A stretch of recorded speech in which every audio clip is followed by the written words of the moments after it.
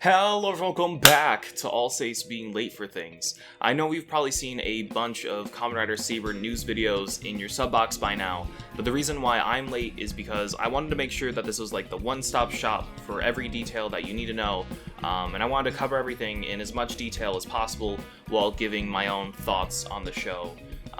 In order to just really respect your time, I wanted to structure it in this way, rather than making a reaction video, which is what everyone else is doing right now, or instead of making a bunch of small news updates that ultimately just add up to like micro time wasters. So to start things off, the show is written by Takeru Furukawa, who is the man responsible for writing Kamen Rider Ghost, which I know is incredibly concerning for most people watching this, but let's try not jump to conclusions yet before the show is even out. The show's head director is Takuaki Shibazaki, which is a great name to say out loud. He's known for a bunch of miscellaneous episodes of different series. Some standout ones include Go Busters, as well as Kamen Rider O's, Kamen Rider Gaim, and Kamen Rider Drive. The series will air on September 6th, 2020, and will be focused on the collision of our world against one that is centered around like fairy tales and fantasy stories. The conflict will be centered around this item called the Book, which contains unparalleled powers and secrets within it. In ancient times, there was a group called the Megiddo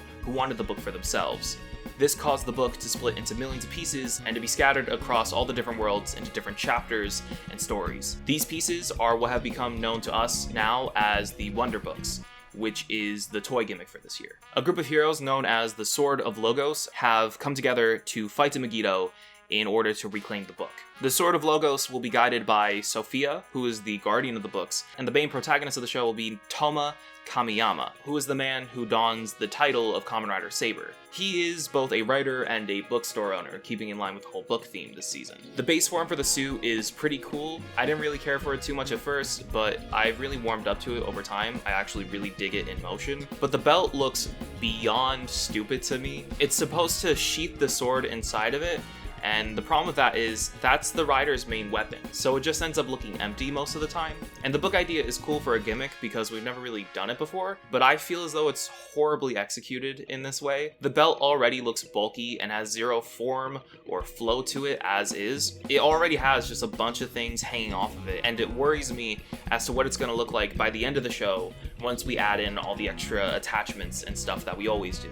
But I do like the form change thing. It kind of works in the same way of double or build, in that the forms split the body in half between the dragon and whatever storybook is being added to the belt. It looks cool, but it's also kind of samey in that we've kind of done this before, so it's not really unique in that way. But the powers being based on storybooks is super cool and very unique, so it kind of gets a pass. We already have a look at the Peter Pan and Jack and the Beanstalk forms, and we also have a look at Kamen Rider Blaze, who is blue and has a water theme. For some reason, I feel like these two should be swapped. His name is actually Kamen Rider Blades, which also isn't that great of a name. He draws his powers from a lion and is going to be Saber's main buddy throughout the show. He's this season's Gates, Craw's, Gatak, you know what I mean? We also have a yellow lightning-themed rider named Espada, who is Saber's childhood friend, and we also have a green wind-based rider named Kenzan, who is Saber's rival.